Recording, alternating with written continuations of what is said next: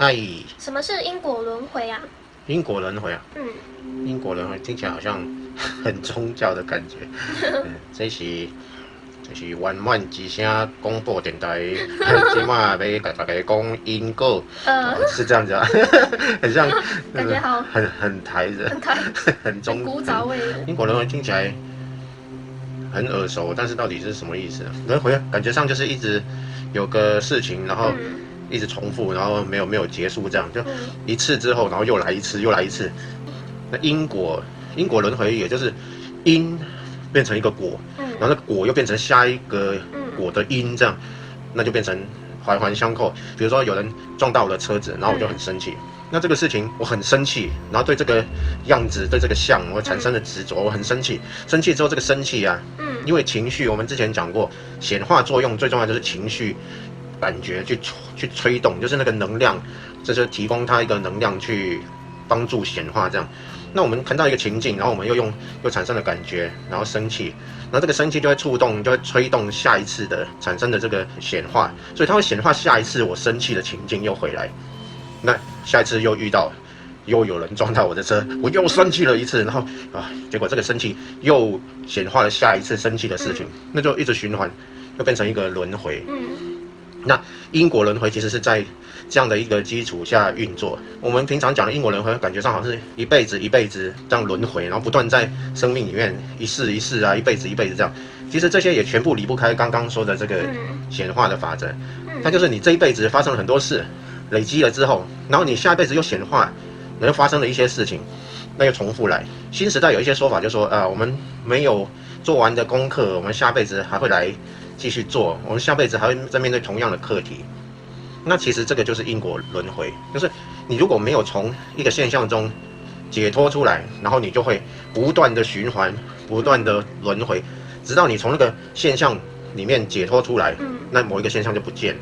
你就释怀了，你就没有那个现象，那你就从那个现象里面解脱出来。那但是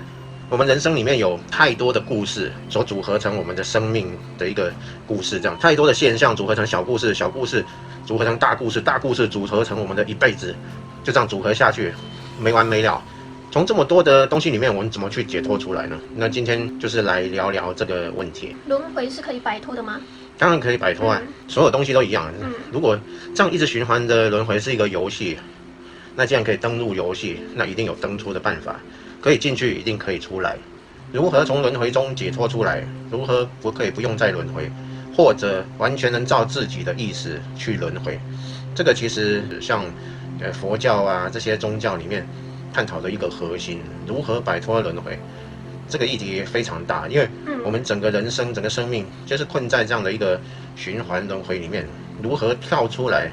这是一个很关键、很核心、很庞大的一个议题。这个有一个关键，就是我们在游戏场里面不断的进行游戏，那跳出来唯一的办法就是登出。你一定，我们玩游戏也是一样的，登录了之后开始玩，然后建构了一个人物，然后开始活动，一辈子结束就有点像一个地图或者一个任务或者一个场景，它结束了之后，然后你又跳到下一关去了，下一个场景、下一个地图、下一个副本，然后甚至下一个任务，然后又开始展开，然后又一连串的故事。那要从这个里面跳出来，唯一的办法，在游戏里面唯一的办法就是登出。你登出游戏，你就可以把它关掉，或者登出之后，暂时你就发现，我是玩家，而不是里面的那个人物。就是所谓的开悟嘛。所谓的开悟就是这个意思。所以要跳出游戏，最关键的就是要先开悟。那在佛教里面有讲到很多有关开悟的方式。那最重要的是，佛教的修行是以开悟为主导的，就是不论你把开悟当成一个终点，或者开悟之后才算修行的开始，这都有不同的说法。但是开悟始终是一个最重要的一个关键。那今天我们既然讲到如何从轮回中跳出来、解脱出来，那讲到就是会讲到开悟。可以这么说，我们在轮回里面我们可以把它当成一个梦境。那如果我们知道自己在做梦，然后清明梦，以清明梦的方式，然后在梦境里面生存，我们会玩得很愉快，我们甚至会在梦境里面可以创造我们所要的现象等等。但是你要离开这个梦，你还是必须要醒来。你不醒来，你顶多是在游戏里面，你在梦境里面能够如鱼得水的操控，但是你还是离不开那个梦境。所以你要跳出梦境，还是必须得登出，所以还是得开悟。开悟就是跟登出是一样的意思。你登出之后，你还可以继续玩，你可以用玩家的身份、玩家的视角去玩。这时候，但是你会觉得知道自己存在于不是游戏里面去玩游戏，那跟游戏就是有距离的。那你也可以玩到一个程度之后，对游戏已经不执着了，你就把它关机，那你就不玩了，不玩你就可以走人了，彻底的离开轮回。或者你以玩家的身份，然后不断的告诉大家如何登出，你还是会再继续来玩游戏，然后也会进入不同的场景，你还是会轮回，然后但是你每一次轮回到了一个新的地图、新的场景，然后你可能只是为了要告诉大家怎么登出而已。那直到你觉得你的任务圆满了，你觉得可以了，那你就不玩了，就是像这样子。这就是菩萨。这就是菩萨。那佛呢？佛就是那个关机走人的。那为什么还有人说他是佛，我是佛？佛不是就已经没了，关机走人，怎么还有他存在？简单的说，我们在游戏里面有一个人物，现在这个人物，比如说这个人物叫做墨子，墨子是一个人物，那他只是游戏里面的人物啊，他连玩家都不是，他怎么可能游戏里面的人物会是佛呢？当然也可以说，这个游戏里面的人物把自己当成是一个佛，就 ID 叫佛 ，ID 叫佛啊，就对啊，佛只是一个名字，只是一个名字嘛。我的 ID 也可以叫弥勒佛啊，对不对？我也可以ID 叫做什么释迦牟尼佛的转世也可以啊，都可以啊。像游戏里面也有人自己说自己是什么马叉九啊，什么 O 叉马什么的。对呀，没问题啊，那当然这都可以，只是游戏里面的认知 ID 嘛。那其实这些跟游戏外一点关系都没有，就是不管在游戏里面那个人物把自己叫做什么，那些认知只是游戏里面的数据设定而已，它跟游戏外面没有关系啊。如果他说我是佛，那他这个游戏 ID 可以改成什么佛这样没问题啊，改名字不需要用金币没问题，只要自己说了算就可以。这个游戏还蛮亲和力的。要不要找一集说佛菩萨什么什么的差别？对啊，是什么？那么我们讲登出才是离开这个轮回、离开故事、离开梦境的唯一的办法。那到底怎么样才能开悟？从古代到现在，很多典籍其实都告诉我们如何开悟。有的说，像佛教有一个理论，就说必须要经过非常非常久远的时间，轮回不知道多少亿次，然后你才能够慢慢修炼到可以开悟，然后才可以登出这样。那其实完全没有时间的这种问题，它不是一个这种时间不是线性的，他所说的经历了很多，其实是从故事里面能够走得多深，那个多深就是那种时间的线性。佛教说三大阿僧祇劫，它是一个很久远的单位就是不只是人的轮回，连世界都毁灭了之后又重新建立，然后又星球又重新建立，然后怎样经过了很多次，然后的过程，反正这是一个很长久的时间，但是其实跟时间没关系，很多人都误会了，说需要很久的时间才能够开悟，才能够登出，其实不是，它是一个走得多深的问题。那走得多深，这个深度，那要多深才能够开悟？其实它也不是一个真正的一个线性的浅到深的一个过程，它是这样子，我们在日常生活里面，我们每天接触所有的事情，我们一定会有觉察。我们现在知道我们在看 YouTube， 然后再看我们双生子愿的影片，这个大家现在正在觉察的一件事情。那这个觉察现在你就在你知道你在看我们两个，那墨子也知道我正在拍摄这个影片，我知道。然后拍摄影片的场景，然后你们正在看你们的手机或者电脑，你们看到的这个场景，就是你们看到的事情。被什么看到？被你的觉察所看到。那所以这个觉察一直都在。觉察一直都在，觉察其实就是你玩家的身份。所以被觉察的东西，我们有认为说，有一个世界存在，有一个被看的这个 YouTube 的节目存在，然后有自己谁正在看，我正在看，我搞不好正在喝着一杯咖啡一边看，有自己正在看，觉察到我自己正在看着这个节目，有外面的这个镜、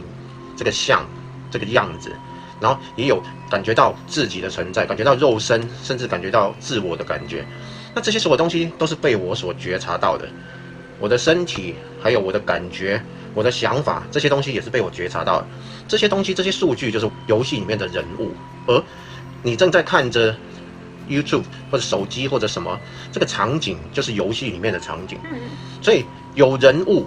有场景，那玩家在哪里？玩家就是那个背后始终没有改变的觉察，大家能够理解这个感觉吗？始终不变的觉察就是玩家。嗯，那既然你已经从我们的影片里面，你能感觉到原来那个觉察就是玩家，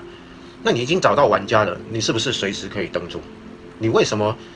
会需要很久很长的时间才能登出了？那是因为我们一直被卡在人物里面，我们总以为我们的思想、我们的感觉、我们的肉身，这个是我，其实这不是我，这只是一个不是真正的自己，这个只是人物。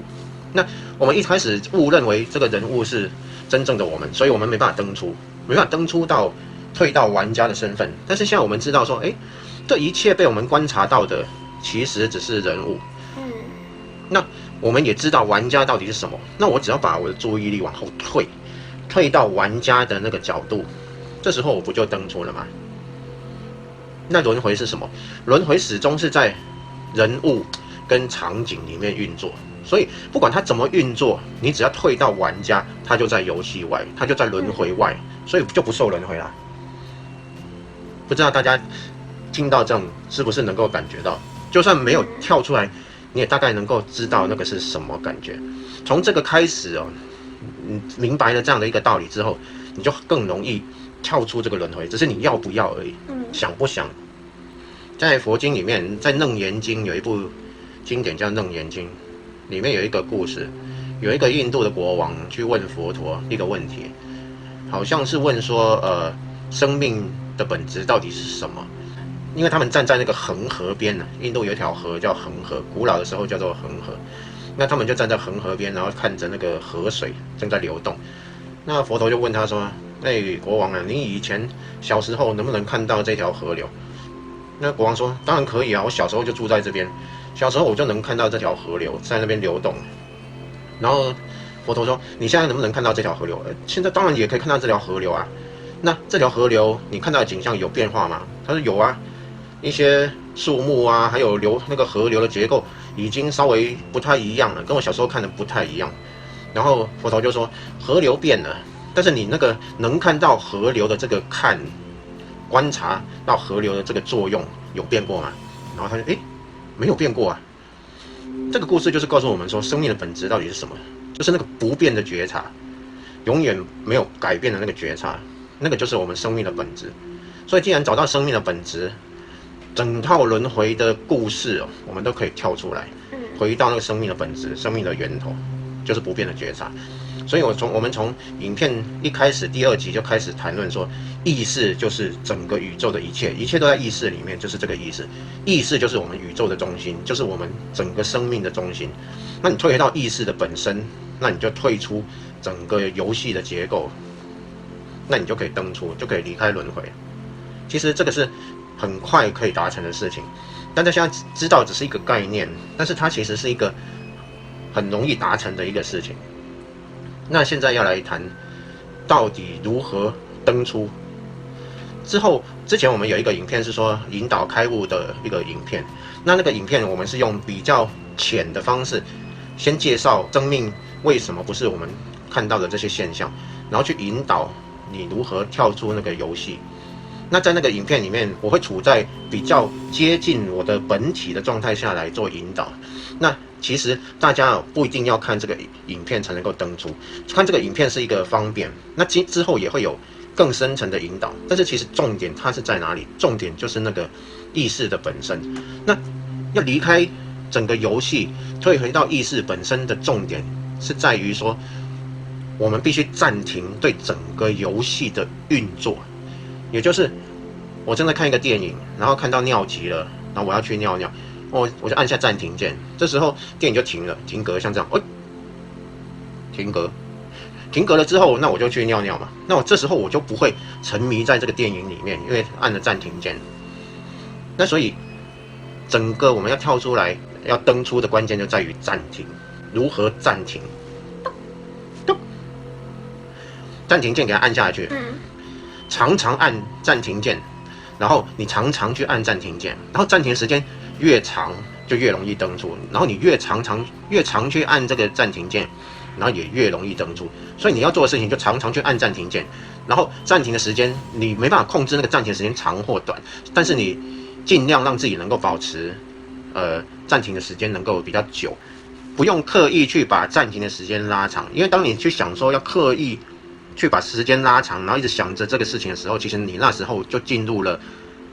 拉长暂停时间的这个幻象，也就是拉长暂停时间，这个又变成一个故事情节。我们要跳出来就是没有故事情节，暂停。那所以当你去想说我现在要干嘛的时候，那又是另外一个情节，又加入了故事性，就没办法达到真正的暂停。所以暂停就是一种很自然而然发生的，我们只要知道我们需要把时间尽量让它长，这样知道这个事情就好了，但是不需要去做，你不要想着这件事，也不要去做，就很轻松的让它发生。那到底怎样才是暂停呢？怎样才是暂停？这个就是《金刚经》里面所说的一句话，《金刚经》里面说的那句话叫做"因无所住而生其心，无所住而生其心"。它前面是一个问题，然后有人问佛陀一个问题，那个问题是应该如何来升起我们这个心？那佛陀回答是说，应该是无所住来生这个心，因无所住而生其心。所以重点不是那个生其心，是无所住。那无所住的意思就是没有关注，没有解释，也就是我们要从整套轮回的机制、故事、梦境、游戏里面去暂停的唯一关键就是不解释。我们会一直对眼前的东西解释，我看到墨子，我看到巧巧，啊，巧巧好可爱哦，哇，你看巧巧好活泼，好可爱。我们不停的会对眼前的景象做解释，就算我们闭着眼睛，好，那我不看总可以吧？你错了，你以为你不看就没有解释吗？你会说，哇，现在好黑啊，奇怪，眼前有点光点啊，我好凉快，我好平静哦，啊，这样黑黑的好无聊。我们会对每分每秒，我们一直对情境做解释，即使看不到东西，我们还是会解释，那个解释就一直存在。我们必须在解释当中暂停。我们从早上起来到晚上结束，然后进入梦境，其实我们无时无刻一直在解释，每一秒我们都有很多个解释在里面，我们自己不知道，要从这些解释里面暂停。这个是一个其实每个人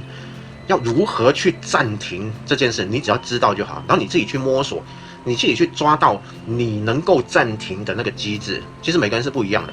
我这边讲一个小故事，就是以前有一个小和尚，一个小沙弥，他正在打坐的时候，他进入了一种很薄薄的认知，他对世界万物在那个静坐的当下已经没什么解释了，但是剩下一些很细微的解释啊，我还知道我存在着，我知道我存在着，这个也是一个解释啊，这个解释薄薄的，快要没有解释了。这时候他师父就拿个板子这样往他头，他师父知道他已经进入这种状态，他就过去这样啪往他头给他扒下去，敲下去，哇，他吓一大跳，哇，突然吓一跳，刚刚还存在着一点点那个解释，啪一下掉了，不见了，那个解释在他瞬间完全不见了，掉了，然后他瞬间在那一刹那就开悟了。所以开悟的机制是在你如何让自己不解释。我们让自己进入很薄的解释，然后搞不好你突然被一个掉下来的东西吓一跳，你就开悟了。所以重点是我们常常让自己保持在尽量不解释当中，然后你就会有一个契机，就会来到你开悟的那个点，就会来到跳出任何解释而进入完全空的这个点。那每一个人其实不一样，其实真正的禅定的用意是在这里，就是我们把五官关起来啊，我们都不接触，眼睛不看，耳朵不听，其实眼睛也可以看，耳朵也可以听，就是不要去解释就好。但是你如果不去接触，你就会比较少那种解释。我们就然后身体也不动，然后我们就进入一种很薄解释的状态。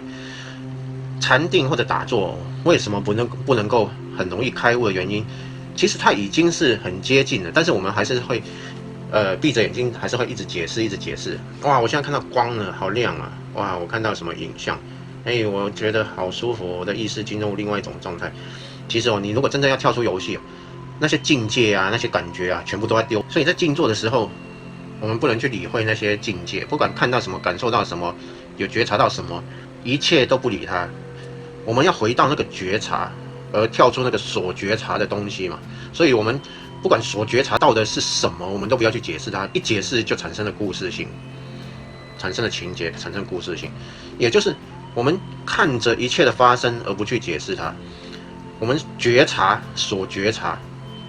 的我们把它放开，然后最后就剩下觉察的本身。那觉察本身不就是我们生命的本质吗？你就啪跳到生命的本质，这样就开悟了。其实登出游戏开悟，它就是这么单纯、这么简单的事情。这世界上把它弄得很复杂，然后很多东西来干扰、迷惑，用意就是让你们远离这个登出。世界上有太多理论是让我们远离登出、远离这个真正的生命的一个出口的，用意就是混淆，让大家没办法真正的登出。应该是说99.9%的理论，并不是让我们真正的登出，反而是混淆。有些可以把你带到登出的前面，然后在那边绕了半天，然后你就还是在那边绕，就出不来，这样始终没有办法跳出来。因为所有的在世界上所有我们的认知，都是一个阻碍我们登出的一个现象。我们的认知、我们的判断、我们的信念、我们的想法，它都是被我们觉察的东西。只要是被我们觉察的东西，它不可能让我们跳出来，回到觉察，能够跳出游戏。所以这些现象，只要是不管是方式啦、法门啦，然后理论啦等等，所有的东西其实都会让你困在跳不出来的状态。为什么佛陀在最后他学习的一个过程，他离开了皇宫，开始寻找生命真正的意义，找了这么久，最后为什么他放弃，走到一个菩提树下坐下来啊？算了，没辙了，放弃了，万念俱灰，想说啊，没有办法了，我已经把该学的都学会了，拜了那么多老师，我都已经学到尽头了，为什么我跳不出来呢？后来他放弃了，他就坐在那里，进入了，因为已经没有好想的了，什么都没有，什么都不需要去思考了，没有办法了。最后他就处在一种没有解释的状态，然后就跳出来，这个就是一个关键。所以很多方式是把我们引领到跳出来之前，然后停在那里。即使我们觉得，哇，我们进入了非常好的境界，然后我的灵魂可以离开身体，到很多不同美丽的天界，然后游历了一番，然后我的意识可以变现实，哇，我想要一把火，手中就出现一把火，哇，我想要飞就飞，想要干嘛就干嘛。我想要眼前有一颗石头，在我现实中真的出现了一颗石头，哇，我已经是佛了。对呀，我就觉得哇，我是佛，好开心哦，我已经成佛了。这些现象哦，把你带到那个登出的之前呢，然后你产生了很大的境界，然后你就被那些境界迷惑了，然后你就觉得啊，我已经是佛了，好开心哦。其实还在游戏里面，真正你成佛，真正你开悟，在那一瞬间你是不会有任何想法的。就算你眼前有一切变化神通啊，在那里跑啊什么，你一个想法都生不起来，你不会对他们有所解释。不解释这个东西就是一个关键嘛。你登出就是没有解释，你怎么会对这现象有解释呢？你怎么会说哇，好酷，我成佛了？有成佛这个想法，你还是成佛吗？不可能的事情。所以，啪登出来，没有解释，不解释。所以大家掌握了这个关键之后，大家现在已经有了这个想法，大家其实就可以开始运作。怎么运作呢？你可以找一个风景秀丽的地方坐下来，一开始看着那个风景，然后觉得啊，山好漂亮，水好漂亮。那慢慢你把那个山啊、水啊这些解释都给它放下来，就很单纯的存在着，没有任何的意思。那或者你在家里打坐、冥想，哇，开始做，所以说你就把所有能放下来的全部放开，进入一种很单纯的存在着，完全单纯的存在着，不要有任何的解释想法。想法跑过没关系，你就看着它发生，一个想法跑出来，然后它又不见了，你不去管它哦，它就马上就不见了。所以很快想法就越来越少。我们想法会一直跑不完的原因是，我们去管它，我们去理会它，我们去延伸它。当想法我们不去延伸它的时候，它就会越来越少。我们也不用去理它，想法是想法，我们不解释那个想法，然后它就会变成一个跟现象一样，起来又不见，起来又不见。这时候你很单纯的存在着，没有任何的意义，没有任何需要去想的，没有任何的作为，没有作为，没有想法，没有认知，没有解释，单纯的存在着，最后只剩下那个存在的本身。就是这样，大家都可以尝试，在每一天花一些时间去让自己单纯的存在着，而没有任何的状态解释。然后在某一个契机来的时候，你就有可能会跳出来。以后我们也会有相关引导的影片继续来，有兴趣的跳出来的朋友啊，就可以继续来看。